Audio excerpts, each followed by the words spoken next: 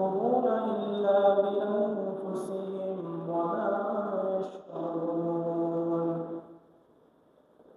اللهم صل على محمد وعلى آل محمد كما صليت على إبراهيم وعلى آل إبراهيم إنك حميد مجيد اللهم بارك على محمد وعلى آل محمد كما باركت على إبراهيم وعلى آل إبراهيم إنك حميد مجيد আল্লাহ রাব্বুল আলামিন এই পৃথিবীর শুরু থেকে যখন আদমকে সৃষ্টি করেন, সৃষ্টি করার পরে আমরা জানি পৃথিবীতে আমাদেরকে পাঠানোর বহুত বড় একটা উদ্দেশ্য হলো যে আল্লাহ তাআলা আমাদেরকে পরীক্ষা করবেন। ফেরেশতাদেরকে পরীক্ষা করবেন না, কারণ তারা আল্লাহ তাআলার বিধিবিধানের মুকাল্লাফ না। পরীক্ষা আমাদেরকে কিভাবে করবেন? কোরআনে আল্লাহ তাআলা আয়াত বলেন, আল্লাযী খালাকাল মাউতা ওয়াল হায়াতা লিয়াবলুয়াকুম। জীবনের মাধ্যমে আমাদের জীবনের সূচনা হয়, মৃত্যুর মাধ্যমে আমাদের জীবনের পরিসমাপ্তি হয়। এর মধ্যকালের সময়টা হলো দুনিয়ার জীবন। তো আল্লাহ বলছেন, জীবনের শুরু সৃষ্টি করে দিলাম এবং শেষও সৃষ্টি করে দিলাম, মৃত্যু কখন হবে। মধ্যকালের জীবনটা, এই জীবনটা তোমাকে দিলাম কেন? লিয়াবলুয়াকুম, আল্লাহ তাআলা যাতে তোমাদেরকে পরীক্ষা করতে পারেন। কি পরীক্ষা? আইয়ুকুম আহসানু আমালা, তোমাদের ভিতরে সবচেয়ে সুন্দর এবং গোছালো, ভালো, উত্তম আমল কে করে। তাহলে প্রথমে কি বুঝলাম? এই দুনিয়াটা হলো পরীক্ষার জায়গা, দারুল ইবতিলা। এই দুনিয়াটা হলো পরীক্ষার জায়গা, এখানে পরীক্ষা হবে। আসেন, এটা হলো একটা যে আল্লাহ তাআলা আমাদেরকে পরীক্ষা করবেন। 2 নম্বরে, পরীক্ষা করার জন্য মানুষ, সাধারণভাবে মানুষের ফিতরত ভালো, মানুষ ভালো কাজ করবে। খারাপ কাজের দিকে ডাকার জন্য কিছু জিনিস দরকার। খারাপ কাজও সামনে আছে, ভালো জিনিসও সামনে আছে, মানুষ কোন দিকে যায়, কোনটা ধরে কোনটা ছাড়ে, এটাই হলো পরীক্ষা।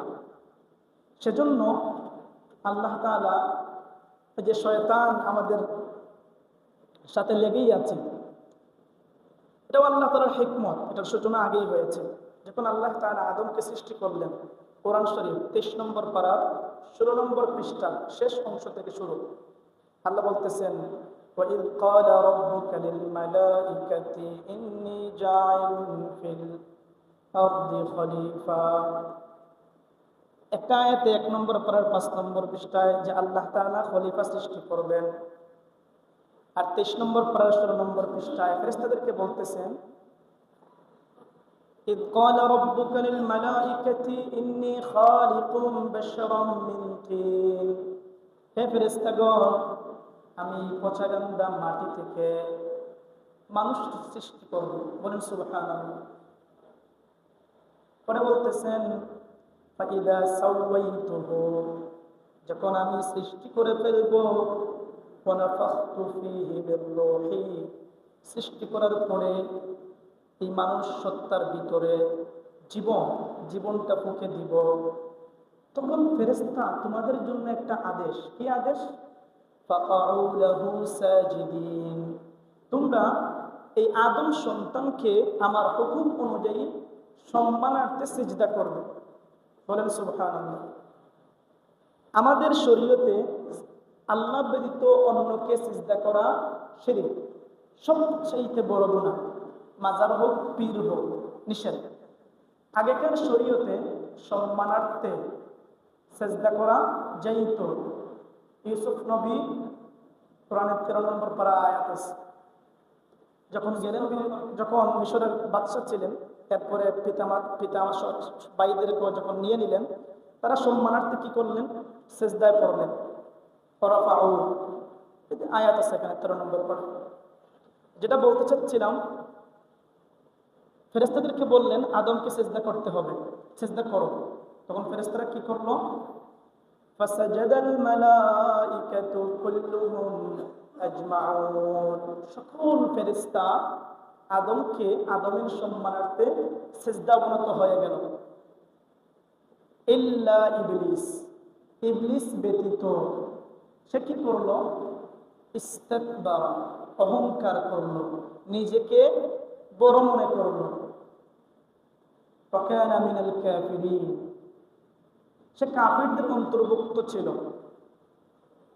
আল্লাহ তাআলা তাকে জিজ্ঞেস করলেন, ক্বালা মা মানাআকা আন তাসজুদা লিমা খালাকতু বিয়াদাই। শয়তানকে জিজ্ঞেস করছেন, কোন জিনিস তোমাকে আমার কর্তৃক প্রদত্ত আদেশ সেজদা করা থেকে বাধা প্রদান করলো? কোন জিনিস? আমি তো আমার হাত দিয়ে যে আদমকে বানিয়েছি, সেই আদমকে সেজদা করার জন্য বললাম, তাহলে তোমাকে বাধা দিল কে? আল্লাহ। শয়তান জিজ্ঞেস করতেছেন শয়তানকে। আল্লাহ আবার জিজ্ঞেস করতেছেন, আস্তাকবারতা, তুমি কি অহংকার করলে? আম কুনতা মিনাল আলিন, নাকি তুমি এর চাইতেও বড় কেউ হয়ে গেছো? তখন সে উত্তর দিল কি? সে বলল, ক্বালা আনা খায়রুম মিনহু, যে আমি আদম থেকে উত্তম। কেমনে? খালাকতানি মিন নার, আপনি আমাকে আগুন থেকে বানিয়েছেন। ওয়া খালাকতাহু মিন তিন, আর তাকে আপনি দুর্গন্ধময় মাটি থেকে বানিয়েছেন। আল্লাহর আদেশ মানল না, অহংকার করল। তখন আল্লাহ কি বললেন? ক্বালা ফাখরুজ মিনহা, জান্নাত থেকে তুমি বের হয়ে যাও। কেন? ফাইন্নাকা রাজিম, তুমি হলে বিতাড়িত, রহমত থেকে বিতাড়িত, বের হয়ে যাও। এবং এটাও বলে দিলেন, ওয়া ইন্না আলাইকা লা'নাতি ইলা ইয়াউমিদ্দিন। শয়তানকে বললেন আল্লাহ, তোমার উপরে আমার লানত, আল্লাহর লানত কিয়ামত পর্যন্ত থাকবে। এখন শয়তান আল্লাহর কাছে একটা জিনিস চায়। কি চায়? শয়তান বলে, ক্বালা রাব্বি, আমার রব, ফাআনজিরনি ইলা ইয়াউমি ইউবআতুন, আমাকে কিয়ামত পর্যন্ত একটু সুযোগ দিয়ে দাও, কিয়ামতের পরে আমাকে ধইরেন। তার রাগ, সে ক্ষমা চাইবে না, যেহেতু ছেড়ে দেন। আল্লাহ মেনে নিলেন।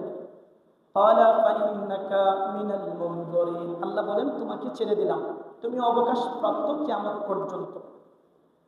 2 নম্বরে সে আল্লাহকে চ্যালেঞ্জ করে। কি চ্যালেঞ্জ করে? বলতেছে, ক্বালা রাব্বি, হে আমার রব, বিমা আগওয়াইতানি, আপনি যেহেতু আমাকে বিতাড়িত করে দিলেন, তাহলে আমি আপনাকে বলে গেলাম, লা উযায়্যিনান্না লাহুম ফিল আরদ, আপনার বান্দা বান্দির সামনে পৃথিবীর চমকপূর্ণ জিনিসগুলোকে সুসজ্জিত করে দিব। ওয়ালা উগওয়িয়ান্নাহুম আজমাইন, এবং তাদের সকলকে আমি গুমরাহ করে ফেলবো। আল্লাহকে চ্যালেঞ্জ করতেছি।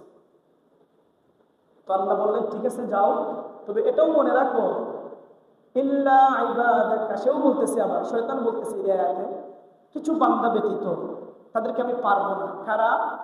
ইল্লা ইবাদাকা মিনহুমুল মুখলাসিন, যারা আল্লাহর একনিষ্ঠ বান্দা, তাদেরকে কিছু করতে পারবো না। শয়তানও জানে, বাকি সবাইকে আমি লাইনচ্যুত করে ফেলবো। 14 নম্বর পারার 3 নম্বর পৃষ্ঠার শেষ দিকেও আল্লাহ বলতেছেন, ইন্না ইবাদি, আমার যারা বান্দা আছে, শয়তানকে বলতেছেন, লাইসা লাকা আলাইহিম সুলতান, তাদের উপরে তোমার কোনো ক্ষমতা চলবে না। তবে ইল্লা মান ইত্তাবাআকা মিনাল গাওয়িন, যারা নিজ থেকেই আমার পথ থেকে সরে গেল, তাদের কথা ভিন্ন, কিন্তু যারা আমার পথে থাকবে তাদের উপরে শয়তান তোমার ক্ষমতা চলবে না। আর যারা এমনিতেই বক্র হয়ে তোমার পথে চলে যাবে, তোমার অনুসারী হবে এবং তুমি তাদেরকে নিয়ে যাবে। তোমরা শয়তান এবং তোমাদের সাথে যারা এই লাইন থেকে সরে যাবে তাদের জন্য আল্লাহ বলতেছেন ওয়া ইন্না জাহান্নামা লামাউইদুহুম আজমাইন, তাদের জন্য ঠিকানা হলো জাহান্নাম। এই দুই পয়েন্ট থেকে কি বুঝলাম? যে আল্লাহ তাআলা আমাদেরকে পাঠিয়েছেন, এখানে পরীক্ষা করা হবে আমাদেরকে। পরীক্ষা কেমনে হবে? বিপদ আপদ আসবে, আমাদের এই যে নামাজে আসা কষ্ট ছাড়া তো ইবাদত হয় না। 2 নম্বরে হলো যে শয়তান আমাদের পিছনে লেগেই আছে, সব কাজে সব ক্ষেত্রে আপনার শত্রু। শয়তান তো শত্রু, তা আল্লাহ জানিয়ে দিচ্ছেন ইন্নাশ শাইতানা লাকুম আদুউম মুবিন, শয়তান তোমাদের প্রকাশ্য শত্রু। নবীদেরকেও আল্লাহ তাআলা পাঠিয়েছেন এবং নবীদেরও শত্রু বানিয়ে রেখেছেন, কারণ শত্রুরা কষ্ট দিবে, কষ্টের পরও যারা টিকে থাকবে ইসলামের উপরে তাদের মর্যাদা বাড়তে থাকবে। বলেন সুবহানাল্লাহ। কেমনে? 8 নম্বর পারার 2 নম্বর পৃষ্ঠার শেষ আয়াতের উপরের আয়াত নবীদেরকে বলতেছেন, আল্লাহ বলতেছেন কি সুন্দর, ওয়াকাযালিকা জাআলনা ফি কুল্লি ক্বরিয়াতিন আকাবিরা মুজরিমিহা। নবীদের ক্ষেত্রে আয়াত হলো 19 নম্বর পারার 1 নম্বর পৃষ্ঠায়, জাআলনা লিকুল্লি নাবিয়্যিন আদুওয়াম মিনাল মুজরিমিন। আল্লাহ বলতেছেন সকল নবীদের জন্য পাপীরা, পাপীদের একটা লিস্ট আছে, এই পাপীদের থেকে, খারাপ লোকদের থেকে ভালো ভালো এবং বড় বড় কিছু পাপী, স্পেশাল কিছু পাপীদেরকে প্রত্যেক নবীর জন্য শত্রু হিসাবে রেখে দিচ্ছে। এটা শত্রু হবে। তাহলে আপনারা দেখেন মুসা নবীর ক্ষেত্রে ফেরাউন ছিল, এক এক নবীর ক্ষেত্রে এক একজন ছিল। আমাদের নবীর ক্ষেত্রে আবু জেহেল তাজেল বড় বিশাল কাফেলা ছিল, সব নবীর ক্ষেত্রে ছিল। কোন গোত্র ছিল? নিজ গোত্র ছিল, স্ত্রী ছিল, ছেলে ছিল, ফুল গোষ্ঠী ছিল। নূহ আলাইহিস সালামের সন্তান ছিল কাফের, কেনান। লূত আলাইহিস সালামের স্ত্রী ছিল কাফের, সে খারাপ ছিল। তাহলে কোন ক্ষেত্রে দেখা যাচ্ছে বড় বাদশাহ নবীর শত্রু, যেমন ফেরাউন ছিল মিশরের বাদশাহ। কোন ক্ষেত্রে এলাকা ভিত্তিক, ফুল এলাকাটাই শত্রু, বিশাল অংশ শত্রু, বড় বড় লিডাররা শত্রু ছিল। আল্লাহ রেখে দিছে এটা। এটা তো শুধু নবীদের ক্ষেত্রে গেল। এখন আসেন প্রতিটা এলাকায় কিয়ামত পর্যন্ত, নবীরা তো নাই, শেষ। আমাদের এলাকা এবং কি ছোট ছোট এলাকায় ছোট আকারে শত্রু, বড় এলাকায় বড় আকারে শত্রু। শত্রু কি? ইসলামের বিপক্ষে এরা কাজ করবে, এদের অবস্থান থাকবে ইসলামের বিপক্ষে। ছোটখাটো এটাতে বাধা দিবে, ওইটাতে বাধা দিবে, ইসলামের বিরুদ্ধে চক্রান্ত করবে।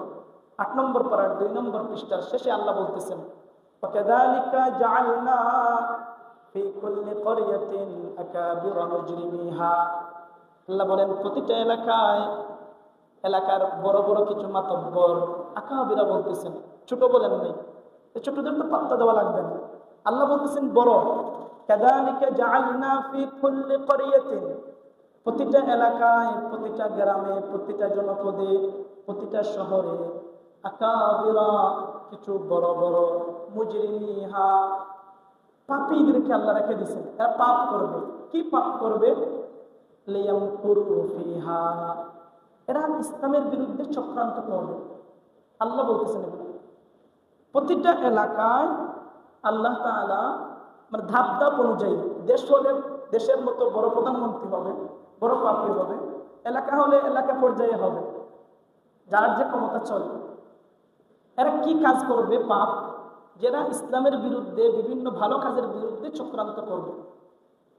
আবার আল্লাহ এটাও জানিয়ে দিচ্ছেন, আয়াত ফিনিশিং এভাবে দিচ্ছেন, ওয়ামা ইয়ামকুরুনা ইল্লা বিআনফুসিহিম, যে যতই চক্রান্ত করো সকল চক্রান্ত তাদের বিরুদ্ধেই দিন শেষে সাব্যস্ত হবে। ইসলামের বিরুদ্ধে যেই চক্রান্ত করে দিন শেষে এই চক্রান্তর পরিণামটা তাকেই ভুগতে হবে। আল্লাহ বলতেছেন ওয়ামা ইয়ামকুরুনা, এরা চক্রান্ত অন্যের বিপক্ষে করতেছে না, পক্ষান্তরে ইল্লা বিআনফুসিহিম, নিজেদের বিরুদ্ধেই চক্রান্ত করতেছে। ওয়ামা ইয়াশউরুন, কিন্তু এরা বুঝে না। তাহলে কি বুঝলাম? নবীদের শত্রু আছে, আমাদের এলাকায়ও বড় এলাকায়ও, প্রতিটা এলাকায়, প্রতিটা দেশে, পুরো পৃথিবীতে ইসলামের বিরুদ্ধে শত্রু আছে না নাই? আছে। এখন আসেন, কোরআনে আল্লাহ তাআলা অন্য জায়গায় কি বলেন? শত্রুর ক্যাটাগরি আছে। কেউ ভিতরে শত্রুতা পোষণ করবে, কেউ মুখে, কেউ হাত দিয়ে। যত ক্যাটাগরি বাড়বে না, আপনাকে কেউ দা দিয়ে আঘাত করতে আসতেছে মানে সে আপনার বড় শত্রু। বিপক্ষের সমালোচনা করে তুলনামূলক ছোট শত্রু, মানে আপনার ভালো চায় না। কাফের, মুশরিক, ইহুদ, নাসারা, এরা মুসলিমদের ছোট শত্রু না বড় শত্রু? বলেন সবাই, বড় না ছোট? বড় শত্রু। কেমনে? কোরআনে আল্লাহ বলতেছেন, এটা পড়ে, এর আগে শুনে, ওয়ালা ইয়াজালুনা ইউকাতিলুনাকুম। আল্লাহ বলেন এই কাফিররা, মুসলিমদের শত্রুরা তোমাদের বিরুদ্ধে শত্রুতার প্রতিটা ধাপ অতিক্রম করে সর্বোচ্চ যে সেক্টর আছে, মারহালা, ধাপ আছে, সেটা কি? সশস্ত্র লড়াই। সেই শত্রুরা, এই কাফের মুশরিকরা প্রতিটা ধাপ অতিক্রম করে চূড়ান্ত ধাপে তোমাদের বিরুদ্ধে সশস্ত্র লড়াইয়ে লিপ্ত হবে, লড়াই করবে তোমাদের বিরুদ্ধে। ওয়ালা ইয়াজালুনা ইউকাতিলুনাকুম, কতক্ষণ পর্যন্ত? হাত্তা ইয়ারুদ্দুকুম, যতক্ষণ না তোমাদেরকে শত্রুরা ফিরিয়ে আনতে পারে। কোন জিনিস থেকে? আন দীনিকুম, তোমাদের ধর্ম ইসলাম থেকে যতক্ষণ তারা ফিরিয়ে আনতে না পারে ততক্ষণ তোমাদের বিরুদ্ধে তারা লড়াই করবে। কোরআনে 1 নম্বর পারার 18 নম্বর পৃষ্ঠার শুরুর আয়াতে আল্লাহ বলেন, ওয়ালাং তার, নবীকে বলতেছেন, নবী আপনি যতই ভালো কথা বলেন, যতই এখানে সম্প্রীতির কথা বলেন, নবীকে আল্লাহ বলতেছেন ওয়ালাং তারদ, কিছুতেই কখনোই আপনার ক্ষেত্রে সন্তুষ্ট হবে না আল ইয়াহুদু ওয়ান নাসারা, ওয়ালাং তারদ আনকাল ইয়াহুদু ওয়ালান নাসারা। হে নবী মুহাম্মদ, আপনার প্রতি ইহুদ নাসারারা কিছুতেই কখনোই সন্তুষ্ট হবে না, যতই ভালো কথা বলেন। হাত্তা তাত্তাবিআ মিল্লাতাহুম, যতক্ষণ না আপনি আপনার ইসলাম ছেড়ে তাদের ধর্ম গ্রহণ না করবেন ততক্ষণ এরা কি হবে না? আপনার প্রতি সন্তুষ্ট হবে না। আপনি যাই বলেন, ভালো কথা বলেন, এটা হবে না। কাফিররা কি করে? পৃষ্ঠায় আরেকটা আয়াত আল্লাহ বলেন, ওয়াদ্দাল্লাযীনা কাফারু, কাফিররা এটা কামনা করে, লাউ তাগফুলুনা আন আসলিহাতিকুম ওয়া আমতিআতিকুম, কাফিররা চায় মুসলিমরা হাত থেকে অস্ত্র রেখে দেবে, মানে অস্ত্র রাখবে না হাতে, শুধু তসবিহ রাখবে। কাফিররা কি চায়? শুধু তসবিহ থাকবে, হাতে কোনো লাঠি থাকবে না, এটা চায়। কোরআন বলতেছে ওয়াদ্দাল্লাযীনা কাফারু, কাফিররা এটা কামনা করে, শুধু চায় না, এদের মনের ভাষণা এটা। লাউ তাগফুলুনা আন আসলিহাতিকুম ওয়া আমতিআতিকুম, যদি তোমরা তোমাদের অস্ত্র থেকে একটু সময় গাফিল হয়ে যাও, একটু অস্ত্রকে ছেড়ে দাও, আসবাবপত্র যখন যেটা লাগবে কোরআন সুন্নাহ বলে দিয়েছে সেটা ছেড়ে দিছো, এই চান্সটা এরা খুঁজতে চায়, তখন তারা কি করবে? আল্লাহর কোরআন চির সত্য, আল্লাহ বলেন তখন ফায়ামিলুনা আলাইকুম মাইলাতান ওয়াহিদা, এক যুগে তারা তোমাদের উপর ঝাঁপিয়ে পড়ে তোমাদেরকে শেষ করে দিবে। কোরআনের কথা সত্য নাকি আমাদের সমাজের নেতাদের সম্প্রীতির কথা সত্য? বলেন কোন কথাটা সত্য বেশি? ইসলাম যে সম্প্রীতি শিখিয়ে দিয়েছে সেটাই হলো প্রকৃত সম্প্রীতি। আর ইসলামের বাহিরে গিয়ে কোনো সম্প্রীতিটা সম্প্রীতি না, এটা ধোঁকা। এটা কি? এটা হলো ধোঁকা। তাহলে এটাই, এই দেখেন না বর্তমানে ইসরায়েল বারবার বিভিন্ন আরব দেশের গাদ্দারদেরকে ধরে বলতেছে ফিলিস্তিনের হামাসের অস্ত্রটা শুধু রেখে দাও, এই চুক্তিটা তারা শুধু করতে চায়, কারণ এটাকে ভয় পায়। আর আল্লাহ বলতেছেন অস্ত্র তোমরা আঁকড়ে ধরো, এটা সুন্নত। দেখেন অস্ত্রের এত গুরুত্ব এবং জিহাদের এত গুরুত্ব, নামাজের ক্ষেত্রে নামাজের স্টাইল, নামাজের ফুল সিস্টেমটাই ভিন্ন জিহাদের ক্ষেত্রে। যদি শত্রুর ভয় থাকে যে সবাই অস্ত্র রেখে নামাজে লেগে গেলে আক্রমণ করতে পারে, তখন কোরআনে 5 নম্বর পারার 14 নম্বর পৃষ্ঠায় আল্লাহ তাআলা নতুন তরিকা শিখান নামাজের, যে 1 রাকাত নবীর সাথে পড়বা একদল, আর একদল এখানে অস্ত্র নিয়ে দাঁড়িয়ে থাকবা, অস্ত্র ছাড়া যাবে না। বলেন সুবহানাল্লাহ। কেন অস্ত্র? কেন? মানুষকে এমনিতেই মারবে নাকি শত্রু? শত্রুকে প্রতিহত করতে হবে। 1 নম্বর পয়েন্টে বললাম যে আল্লাহ তাআলা শয়তান দিয়েছেন এই শত্রুতা করবে। শয়তান তো আমাদের নফসে, আমাদের ভিতরে ওয়াসওয়াসা দিবে। ঠিক তদ্রূপভাবে আল্লাহ তাআলা মানুষের ভিতরে ইসলামের শত্রু রেখেছেন। আর মুসলিমদেরকে এই শত্রুদের বিপক্ষে অবস্থান নিয়ে প্রতিরোধ করে ইসলামের পক্ষে থেকে খাঁটি মুসলমান হওয়ার জন্য সুযোগ দিয়েছেন। জিন্নাতের ভিতরে শয়তান থাকবে, মানুষদের ভিতরে শয়তান কারা, ইসলামের শত্রু কারা? এই যে বললাম, মুসলিমদের ভিতরেও হতে পারে, কাফেরদের ভিতরে হতে পারে, ইহুদও হবে, নাসারা হবে। এখন প্রশ্ন হলো যে এই যে শত্রু, মুসলিমদের ভিতরে অনেক শত্রু থাকে না? সে মুসলিম, নামে মুসলিম, কিন্তু ইসলামের বিপক্ষে কাজ করে, মসজিদ মাদ্রাসা ভালো লাগে না, নাস্তিক হয়ে যাচ্ছে, এটা তো হয়। প্রশ্ন হলো, মুসলিমদের ভিতরেও হতে পারে নামে মুসলিম, আইডি কার্ডে মুসলিম লেখা, কিন্তু তথাপি সে ইসলামের বিপক্ষে কাজ করে। খ্রিস্টানদের ভিতরেও আছে, ইহুদিদের ভিতরেও আছে, মুশরিকদের ভিতরেও আছে, শত্রু আছে। এদের মধ্যে সবচাইতে ক্ষতিকারক জঘন্য শত্রুকে বা কারা? 6 নম্বর পারার 20 নম্বর পৃষ্ঠার শেষ আয়াত আল্লাহ তাআলা বলতেছেন, নবীকে বলতেছেন, নবী আপনার সবচেয়ে কঠিন শত্রু কারা চিহ্নিত করে আল্লাহ দিয়ে দিচ্ছেন। কারা? লাতাজিদান্না, হে নবী মুহাম্মদ, সবচেয়ে আপনি নিশ্চিত থাকেন পাবেন, লাতাজিদান্না আশাদ্দান নাসি আদাওয়া, সকল পৃথিবীর সকল মানুষদের ভিতরে সবচেয়ে শত্রুতার ক্ষেত্রে কঠিন, লিল্লাযীনা আমানু, ঈমানদারদের শত্রুতার ক্ষেত্রে কঠিন পাবেন কাদেরকে? আল ইয়াহুদ ওয়াল্লাযীনা আশরাকু, 1 নম্বরে ইহুদিরা এবং 2 নম্বরে মুশরিকরা। কোরআন কি বলে? আমাদের 1 নম্বর শত্রু কারা? সবাই বলেন কারা? আমার কথা তো বুঝতেছেন না? 1 নম্বর শত্রু কারা? মুসলিমদের। আর 2 নম্বর শত্রু কারা? মুশরিক। আমি আজকে দ্বিতীয় পয়েন্ট নিয়ে আলোচনা করব, মুশরিক। মুশরিকরা এত শত্রু, এত কঠিন শত্রু এরা। দেখেন, নবীদের যদি ঘটনা আমরা রিসার্চ করি বা অ্যানালাইসিস করি, তো নবীদের ক্ষেত্রে ইব্রাহিম নবীর বাপের নাম কি ছিল? অনেকেই জানেন, আজর। আজরটা মূলত উপাধি ছিল, এটা নাম ছিল না, নাম ছিল তরেহ, এটা ছিল নাম। 16 নম্বর পারার 7 নম্বর পৃষ্ঠায় সুন্দর একটা আলোচনা আল্লাহ নিয়ে এসেছেন। কোরআন বলতেছে, ওয়াযকুর ফিল কিতাবি ইব্রাহিম, আল্লাহ বলেন, হে নবী মুহাম্মদ, ইব্রাহিম নবীর ঘটনাকে একটু স্মরণ করো। ইন্নাহু কানা সিদ্দীকান নাবিয়্যা, তিনি ছিলেন সত্যবাদী নবী ছিলেন। কি করতেন উনি?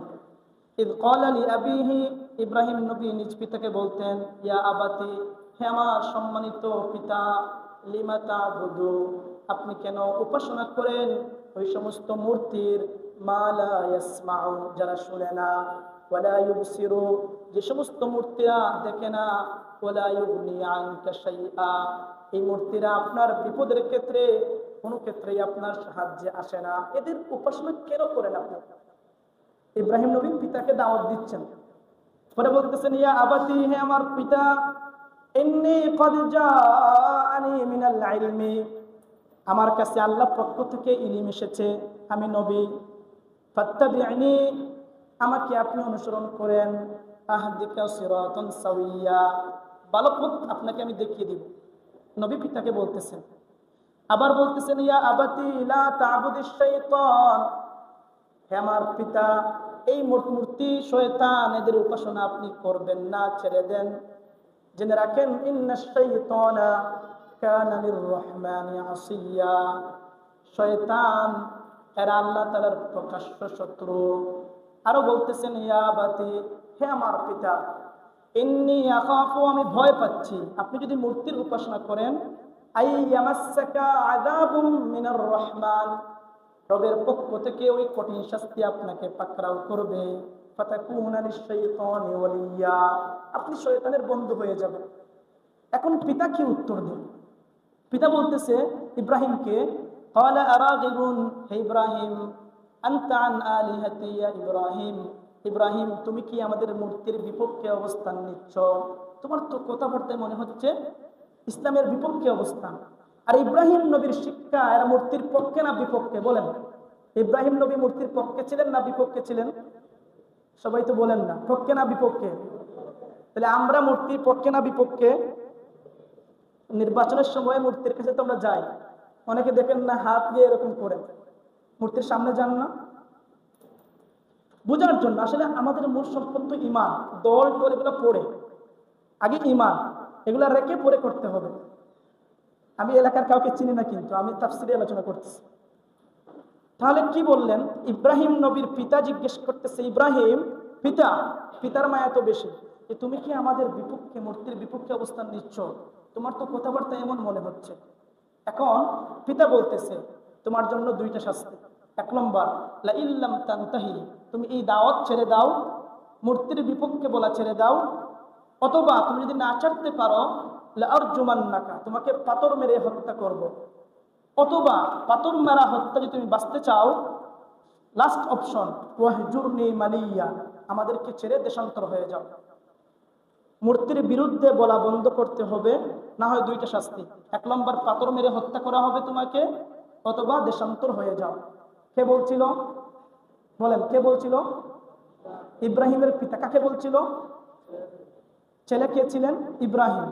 আমাদের জাতির পিতাকে না শেখ মুজিব? মুসলিমদের জাতির পিতা হলো ইব্রাহিম নবী। অনেক কি শিক্ষা দিচ্ছেন, পরে কি করলেন? ছেড়ে চলে গেলেন। ক্বালা সালামুন আলাইক, আপনার উপর শান্তি বর্ষিত হোক। এই যে শান্তি বর্ষিত হোক পিতার জন্য, পিতা তো পিতাই, দোয়া করলেন, এর জন্য পরে তওবা করতে হয়েছে ইব্রাহিম। মুশরিক যদি হয়ে যায়, পিতাও হোক আপন কেউ হোক, দোয়া করা নিষেধ। মুশরিক হলে কি করা যাবে না? দোয়া করা। এই আয়াতটি দেখেন, উনি বলছিলেন যে আস্তাগফিরুলাকা রাব্বি। ইব্রাহিম নবী কেঁদে কেঁদে বের হচ্ছিলেন আর বলছিলেন, পিতা আপনি বের করে দিলেন, আমি চলে যাচ্ছি, আপনার উপর শান্তি বর্ষিত হোক, আপনার জন্য আমি আল্লাহর কাছে ক্ষমা চাইব।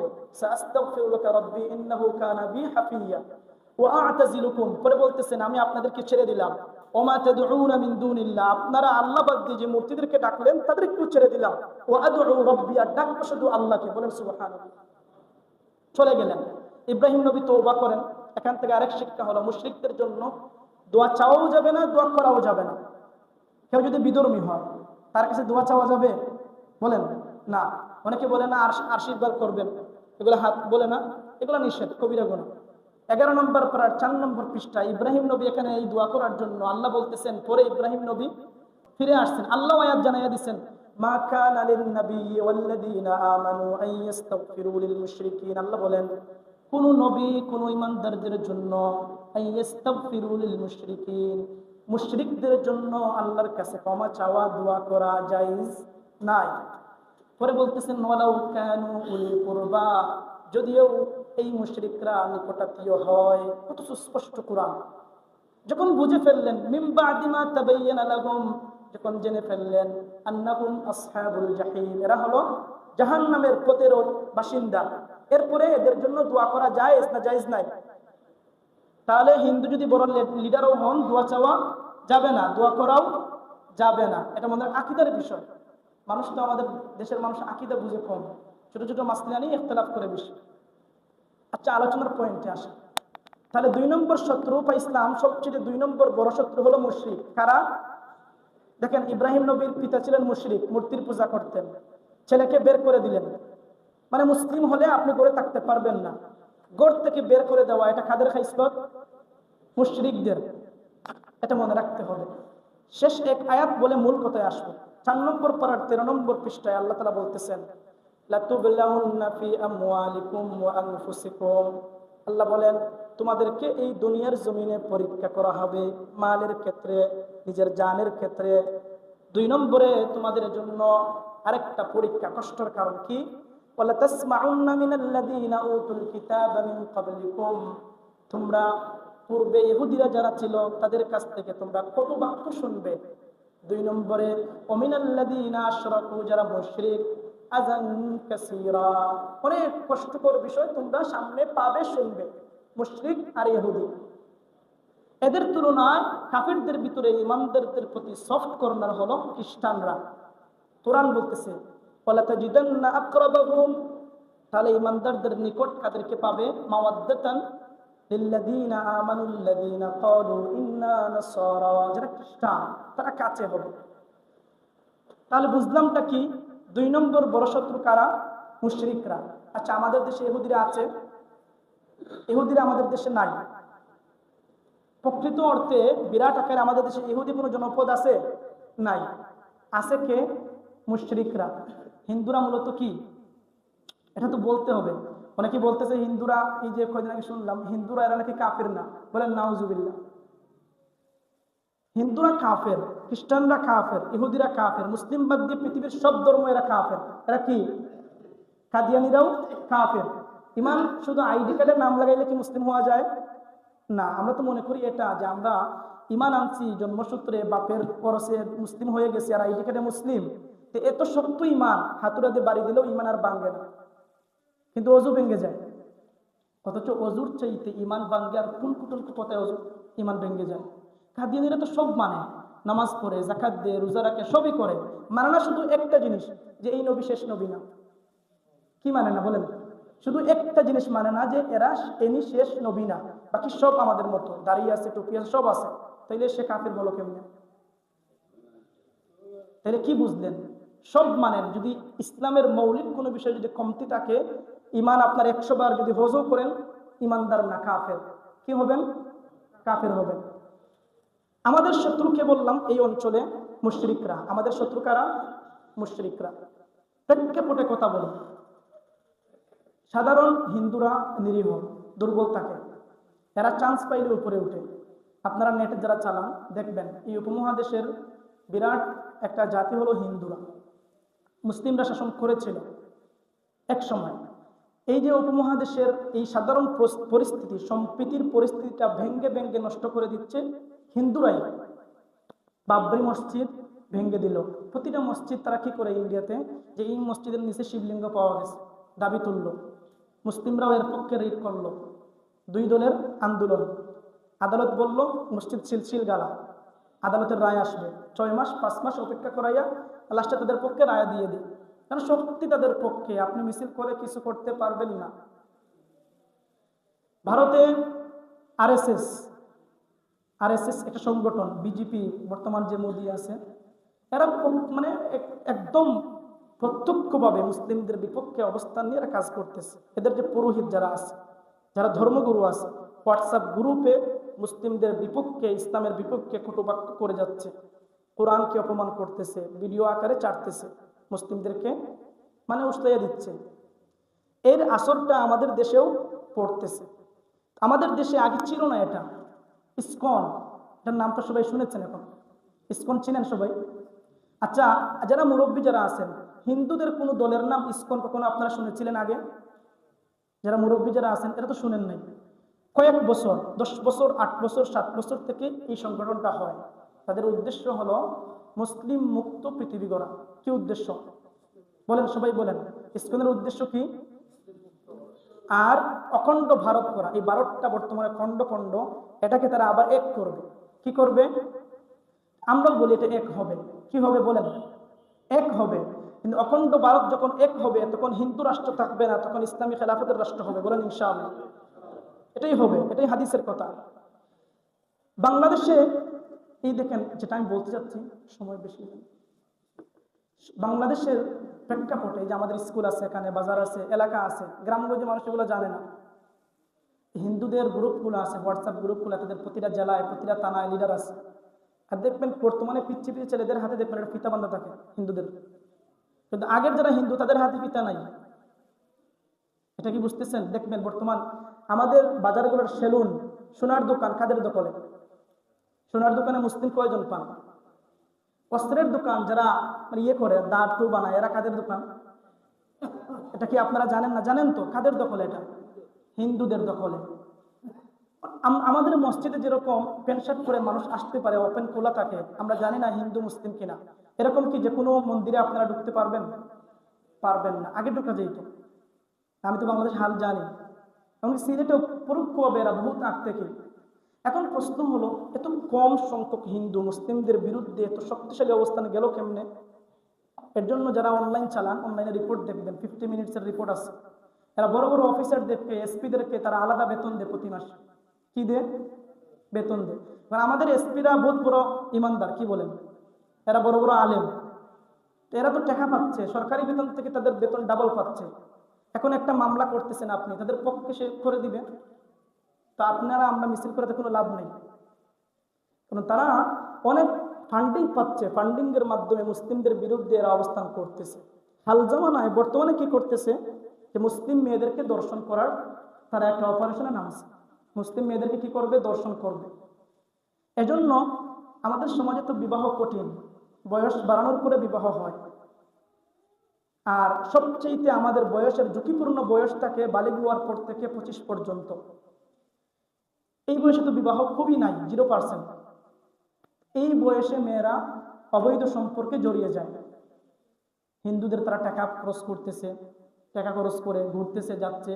আর স্কুলে তো সাধারণ দেখা সাক্ষাৎ এটা ইজি বিষয়, এখান থেকে অবৈধ সম্পর্কের সূচনা হয়। এই ঘটনা আমি একদিন, এটা তো যারা নেট ছাড়া সবাই বুঝতেছেন, শত শত দেশ ঘটনা বাংলাদেশে হয়ে গেছে। মুসলিম মেয়েদেরকে দর্শন করে ছেড়ে দিচ্ছে। প্রথমে বলে সে মুসলিম হতে চায়, একটা মেয়ের কাছে ভালো হতে চায়, যে তাকে লাইক করে সে মুসলিম হবে, সে যদি তাকে ভালোবাসে সে মুসলিম হয়ে যাবে।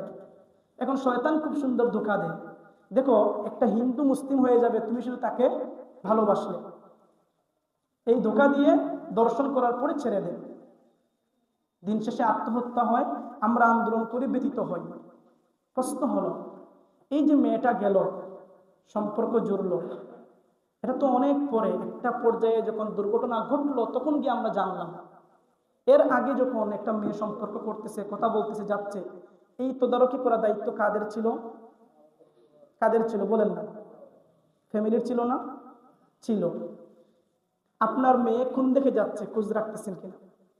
আমাদের এলাকায় এখনো এরকম ঘটনা ঘটে নাই, কিন্তু যেগুলাতে ঘটতেছে সব কি টাউনে নাকি কোনো গ্রামে ঘটতেছে? এগুলা একটা ঘটে গেলে তো ঘটে যাবে, কিন্তু আপনি প্রশাসনে গিয়ে এরকম সাপোর্ট পাবেন না, এটাও মনে রাখেন, খুব কম। কারণ ইসকন বহুত আগ থেকেই কাজ করতেছে, এরা তাদের গোয়েন্দা আর হাসিনার আমলে তো বহুত করে গেছে। এরা হলো আমাদের দ্বিতীয় শত্রু। এরা অনেক কিছু করবেই, এই উপমহাদেশে আক্রমণ করবে, চান্স চাচ্ছে যে একটা মুসলিমরা যখন আমরা দেখবো যে এই এলাকায় 5 জন হিন্দু, এরা সাহস করে পেলে মুসলিম মেয়েদেরকে দর্শন করতে, মুসলিমদের রক্ত গরম, এটা প্রতিবাদ করবে, প্রতিরোধ করবে, তখন এটা মিডিয়া দেখাচ্ছে কি হিন্দুরা নির্যাতনের শিকার হচ্ছে। আর এর আগে মুসলিমরা যে এত কিছু হইলো এটার আলোচনা নাই। তাহলে এটার করণীয়টা কি? করণীয় হলো সামাজিক সচেতনতা এবং সামাজিক প্রতিরোধ করতে হবে। খেয়াল করতে হবে, আপনি বলছেন হিন্দু বন্ধু হয় না কখনো, কাফির বন্ধু হয় কেমনে? এই যে কথা যারা বলে, এদের না থাকে ঠিকমতো ইমান, না থাকে ইসলামের জ্ঞান। এরা কিছু ভোটের জন্য গিয়া ইমান বিক্রি করে ফেলে, এটা ঠিক না? হিন্দু তো হিন্দু সম্প্রদায়, আপনি এমনিতেই বলেন যে আমরা সবাই একসাথে চলতেছি, ভালো কথা এমনিতেই আছে, তাই বলে কি ইমান বেচতে হবে? রোজার পূজা সমান বলতে হবে? এটা তো বলা দরকার নাই। আমি যেটা বলতে চাচ্ছি মূলটা হলো, যে যেই রাজনীতি করুক ইমান তো হলো মূল। দিন শেষে মুসলিম না, তো ইমান ঠিক রেখে আপনি সবকিছু বিক্রি করে ফেলেন। হাদিসে আল্লাহ নবী বলতেছেন, শেষ করে দিব, ইয়াতাকারাবুজ্জামান, কিয়ামতের সময় কাছাবে, সময় কাছিয়ে আসবে, তখন মানুষ কি হবে? এমন অবস্থা আসবে, ইউসবিহুর রাজুলু মুমিনান, একজন মানুষ সকালে ঘুম থেকে উঠবে ঈমানওয়ালা, ওয়ুমসি কাফিরান, আর বিকালে সে কাফির হয়ে যাবে। বলেন নাউজুবিল্লাহ। আবার বলতেছেন ওয়ুমসি মুমিনান, বিকালে মুমিন থাকবে, ওয়ুসবিহু কাফিরান, সকালে কাফির হয়ে যাবে। ইয়াবিউ দীনাহু বিআরাদিন মিনাদ দুনিয়া, তুচ্ছ তুচ্ছ জিনিসের মোকাবেলায় দিনকে বিক্রি করে ফেলবে।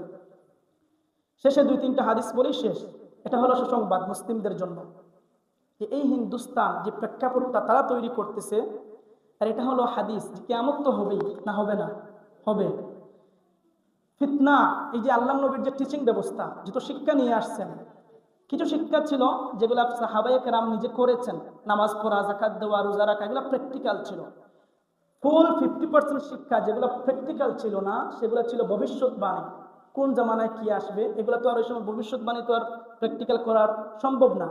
আল্লাহ নবী বলছেন তখন এটা হবে, তখন করণীয় এটা, এটা হবে, ওটা হবে, কোন দেশ বিজয় হবে, কোন দেশে যুদ্ধ হবে বলে গেছেন, দাজ্জাল আসবে বলে গেছেন, ইয়াজুজ মাজুজ আসবে বলে গেছেন, ফিতনা কখন আসবে, কি আসবে নবী বলে গেছেন। ফিতনার আলোচনা উঠে গেছে মিম্বর থেকে, দাজ্জালের আলোচনা হয় না, উঠে গেছে। নবী এই যে হিন্দুস্তান, এই সম্পর্কে 2টা হাদিস বলবো। আল্লাহ নবী কি বলছেন?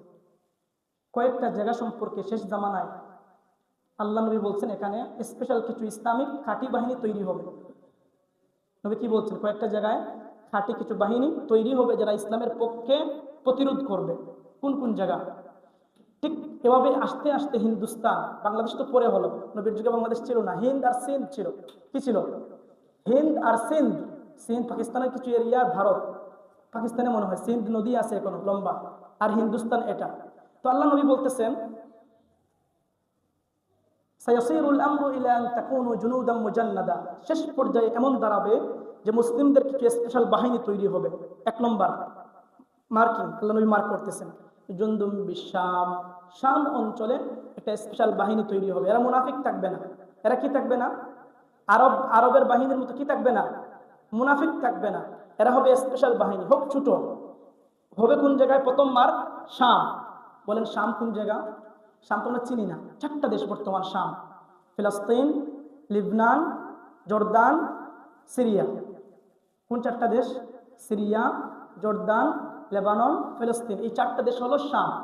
সকল নবীরা এই ভূমিতে এসেছেন। বলেন সুবহানাল্লাহ। পৃথিবীর মধ্যে শ্রেষ্ঠ ভূমি হলো সেটা। সেখানেই কিয়ামত হবে, সেখানেই শেষ যুগে ঈসা নবী আসবেন।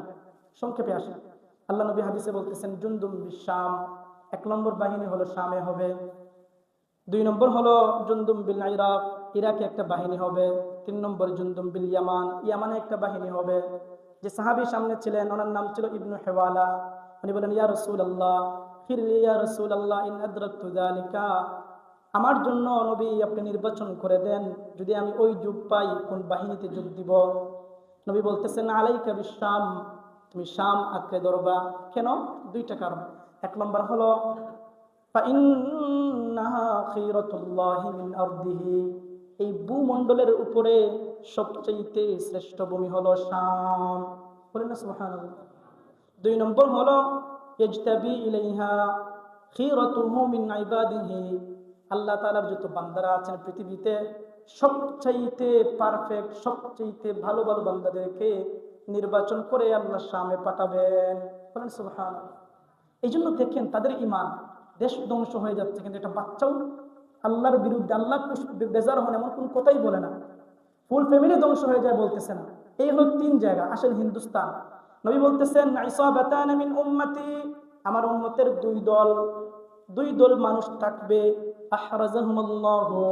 আহরাজাহুমুল্লাহু মিনান নার, আল্লাহ তাআলা এই 2 দলের জন্য জাহান্নামকে হারাম করে দিবেন। বলেন সুবহানাল্লাহ।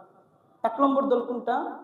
ইসাবাতুন তাগজুল হিন্দা, 1 নম্বর দল যারা হিন্দুস্তানের পক্ষ নিয়ে, ইসলামের পক্ষ নিয়ে মুশরিকদের বিরুদ্ধে লড়াই করবে। বলেন সুবহানাল্লাহ। 2 নম্বর হলো ইসাবাতুন তাকুনু মা ঈসা ইবনে মারইয়াম, হিন্দুস্তানের লড়াই শেষ করে একটা বিজয় হওয়ার পরে যখন শামে যাবে, ঈসা নবীর সঙ্গ দিবে। শামের কিছু বাহিনী হবে, ঈসা নবীর সঙ্গ থাকবে। এই ঈসা নবীর সাথেও যারা থাকবে, এই 2 নম্বর গ্রুপের জন্য আল্লাহ জাহান্নামের আগুনকে হারাম করে দিবেন। এখন এই যে হিন্দুস্তানের লড়াই তো একদিনে শুরু হয় না, শুরু হয়ে গেছে। ডাব তৈরি হবে, লক্ষ উপলক্ষ তৈরি হতে হতে বিরাট আকার ধারণ করবে। এই লড়াইটা দীর্ঘ সময় হবে। ইমাম মাহদী আসবেন ঈসা নবীর আগে, ইমাম মাহদীর প্রত্যক্ষ কমান্ডিং এ লড়াইটা হবে। এই লড়াইটা অনেক দীর্ঘ হবে, শেষ হওয়ার যখন বিজয় হবে হিন্দুস্তান, এই বিজয় হওয়ার পরে হাদিসে কি বলেন শুনেন, আল্লাহ নবী বলতেছেন ইয়াগজুল হিন্দা লাকুম জাইশুন, হে আমার উম্মতেরা, তোমাদের পক্ষ নিয়ে একটা বিশাল দল হিন্দুস্তানে লড়াই করবে। লড়াই করতে করতে ফায়াফতাহুল্লাহু আলাইহিম, আল্লাহ তাআলা তাদেরকে বিজয় দান করবেন। বলেন সুবহানাল্লাহ। বিজয় দান করার পরে কি করবে? ফায়াতুনা বিমুলুকিহিম মুগাল্লালিনা বিসসালাসিল, হিন্দুস্তানের এই রাজা বাদশা যারা ক্ষমতাবান থাকবে তাদেরকে পাকড়াও করে হাতে পায়ে বেরি পরিয়ে টেনে টেনে শামের দিকে নিয়ে যাবে। ফায়ানসরিফুনা হিনা ইয়ানসরিফুন, শাম অঞ্চলে নিয়ে যাবে। ওইখানে গিয়ে পাবে ফায়াজিদুনা ইবনা মারইয়াম, মারইয়ামের পুত্র ঈসা, যিনি আগে উঠে গেছেন আকাশে উঠাই নেওয়া হয়েছিল। এই ঈসা নবী আকাশ থেকে মসজিদে উমাইয়া সিরিয়ার মধ্যে ঈসা নবী নেমে এসেছেন। আর এখানে হিন্দুস্তান বিজয় হয়ে গেছে। তারা শামে গিয়ে পৌঁছবে, আর গিয়ে দেখবে ঈসা নবী মাত্র নেমে আসছেন। বলেন না সুবহানাল্লাহ। তো এই লড়াইটা তো হবেই। নবীর কথা কি মিথ্যা না সত্য? আল্লাহ নবী বলছিলেন যে আরবের মরুভূমিগুলা সবুজ হয়ে আসবে, সবুজ হতে শুরু করছে না? কিছু কিছু জায়গা কিন্তু সবুজ হতে শুরু করছে। ফুরাত, নীল এগুলা ফুরিয়ে আসবে, কমে আসবে, সোনার খনি বের হবে। এখানে লড়াই হচ্ছে যে ফিলিস্তিন, লম্বা লড়াই, অনেক সময় চলে গেছে। সামারি করি 1 মিনিট। শুরু থেকে বলছিলাম যে আল্লাহ তাআলা সৃষ্টি করেছেন এই দুনিয়াতে আমরা ফেরেশতাদের কোনো কষ্ট হয় না, এরকম আমরা না। আমাদের শত্রু আছে, কষ্ট হবে। শত্রু তো কষ্ট দিবে, শত্রু মানেই তো কষ্ট, কষ্ট দিবে। শয়তান দিয়েছেন, মানুষদের ভিতরে শত্রু দিয়েছেন, নবীদের জন্য শত্রু সৃষ্টি করেছেন।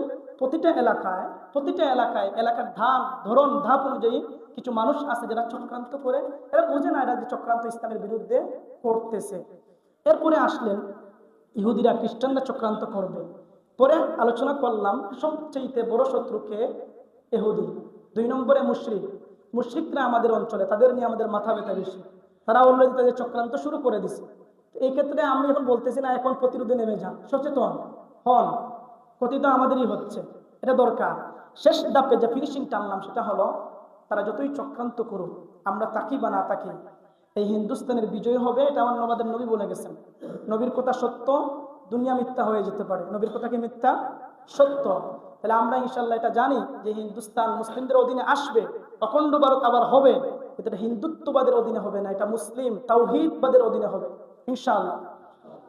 আল্লাহ তাআলা আমাদেরকে আমল করার তৌফিক দান করুন। সবাই পড়েন সুবহানাকা আল্লাহুম্মা ওয়া বিহামদিকা আশহাদু আল্লা ইলাহা ইল্লা আনতা আস্তাগফিরুকা ওয়া আতুবু ইলাইক।